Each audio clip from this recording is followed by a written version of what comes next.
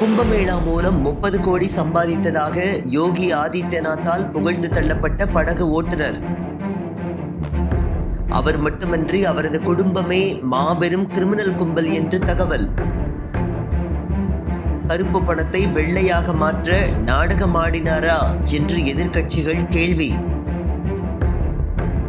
கும்பமேளா நிகழ்ச்சியின் மூலம் பல லட்சம் கோடி வருவாய் கிடைத்துள்ளதாக உத்தரப்பிரதேச முதலமைச்சர் யோகி ஆதித்யநாத் தம்பட்டம் அடித்து வருகின்றார். தனது கூற்றிற்கு ஆதாரமாக அவர் சுட்டிக்காட்டிய நபர்தான் பிண்ட் மஹாரா என்ற படகு உரிமையாளர் ஆவார். இவரது குடும்பம் 45 நாட்களில் 30 கோடி ரூபாய் வருமானம் ஈட்டியதாக யோகி ஆதித்யநாத் பெருமையாக பேட்டியளித்தார். தற்போது இந்த விவகாரம் உத்தரப்பிரதேசத்தில் பெரும் பேசு பொருளாக மாறியுள்ளது.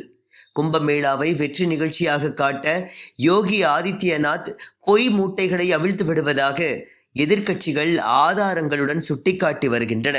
குறிப்பாக பிண்டு மஹாரா என்பவர் படகு ஓட்டுவதன் மூலம் சம்பாதிக்கவில்லை என்றும் அவர் மட்டுமன்றி அவரது குடும்பமே பெரும் கிரிமினல் கும்பல் என்று தெரிவித்துள்ளார்.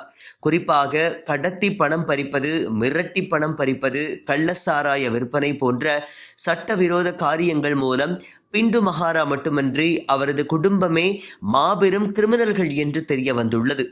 ஏற்கனவே 60 போட்டுகளை வைத்திருந்த அவர் புதிதாக 70 போட்டுகளை வாங்கி மொத்தம் 130 போட்டுகளை ஓட்டியுள்ளார். எப்படி இருந்தாலும் அவரால் இவ்வளவு பணம் சம்பாதித்திருக்க முடியாது என்பதை பிற படகு ஓட்டுநர்கள் மூலம் தெரிந்து கொண்டதாகவும் எதிர்க்கட்சி தலைவர்கள் சுட்டிக்காட்டியுள்ளனர். எனவே சட்டவிரோத செயல்கள் மூலம் சம்பாதித்த பணத்தை கும்பமேளா வருமானம் என்ற பெயரில் போலியாக அவர்கள் கணக்கு காட்டியுள்ளார்களா என்ற கேள்வி எழுந்துள்ளது.